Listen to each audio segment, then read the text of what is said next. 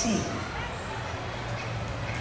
St. John says, how can you say that you love God when you don't see, if you do not love your neighbor whom you see?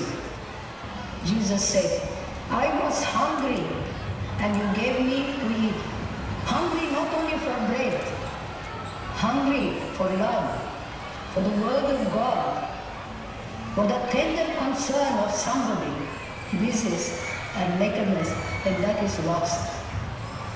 I was homeless and you took me in, not only for a house made of bricks. My wife, homeless, unwanted, unloved, a throwaway of society. But today we have right here in our country. We see the poor people. We see the young people with that disease. Unwanted, unloved, a throwaway of society. Are we there to be that love, that kindness, that thoughtfulness to them, and share with them the terrible pain, the terrible feeling of terrible loneliness? Be a throwaway. Have no one to be somebody to somebody. This is the nativity of Jesus, being poor, being born as a poor.